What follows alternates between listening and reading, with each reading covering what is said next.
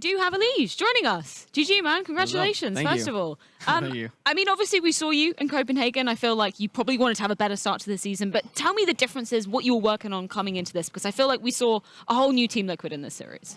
Yeah, so primarily in the days that we had off, we were just focusing on our really strong maps and making sure that we're going to win our map pick because, you know, we focused so much on Nuke coming into Blast, and we wanted to make sure it was like ready for Katowice, but, you know, doing that made all of our other maps falter a lot more than we wanted to. So that was our main goal coming in for like the last couple of days leading into it, and I think it helped a lot. Heading into Inferno, right, I think that Yakinder mentioned in an interview as well. He's like, you know, IHC, their CD side is where the strength lies. The T side was a little, is not up to par yet, but they did put up quite a showing the first half. Were you a little caught by surprise there?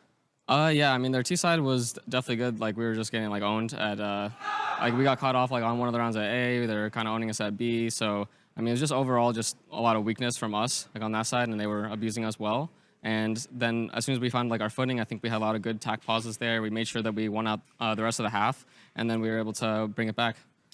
I wanted to know about how you are gauging your team's current form, because obviously we brought it up already. The Blast result was not up to par with what we would expect from Liquid, but then, you know, going into Katowice, you say you change some things, you focus on the maps you're strong at. So would you say, I don't know, how would you rank out of 10 maybe the Liquid's form right now?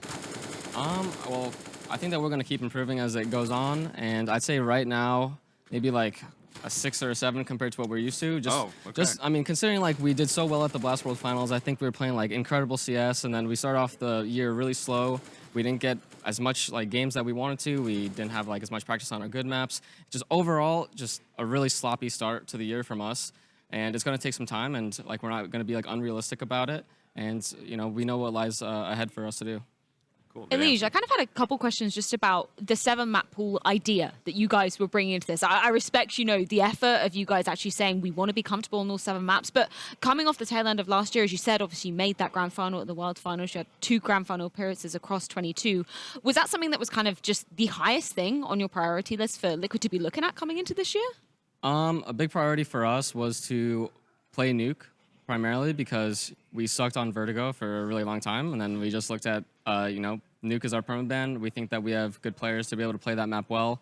We have a lot of experience on that map, but you know, there's just so much that needs to be done. You can't just go from like not playing the map in 2-3 years, especially for everyone on the team, and then just go into playing it straight off the year without enough of like the games that are necessary.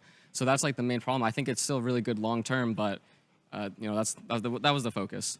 And in terms of looking forward, obviously now you're in the upper bracket. You're going to be facing off against Na'Vi. How are you viewing them at the moment? Because I feel like in Copenhagen, they weren't the Na'Vi that we're used to. Obviously, they've got a lot of changes coming into things. Do you think you're able to take them down? I think that we can. I think that we match up well against Na'Vi and C9, so we were happy with whoever was going to be winning. Na'Vi, I don't think they were looking that strong at Blast. Obviously, they won their first match here against C9, which I didn't get to watch it yet because we were prepping, but you know, they obviously dominated C9, which was pretty impressive, especially because like Na'Vi's making Inferno their home map this year, which is kind of like out of nowhere for me because that wasn't what they were super strong on in the past. So they came into this year super focusing on Inferno, and that's going to be interesting. Of course, like we had a really close game against IHC here, so they're. I mean, I'm assuming that they're probably going to pick Inferno, and we're going to have to do our best to, you know, clean up as much as we can before that game. Well, Elige, oh, sorry, go ahead. One more question I had for you is about your individual form, because I think we kind of saw it kind of taper off a little bit last year. Like, we didn't get to see, you know, a top 20 player HL like for you, which is kind of a shock. I mean, it feels like you're always punching up there. And so what did you do for yourself to try to get back in that form and to, I mean, I'm assuming you're trying to get back in that top 20.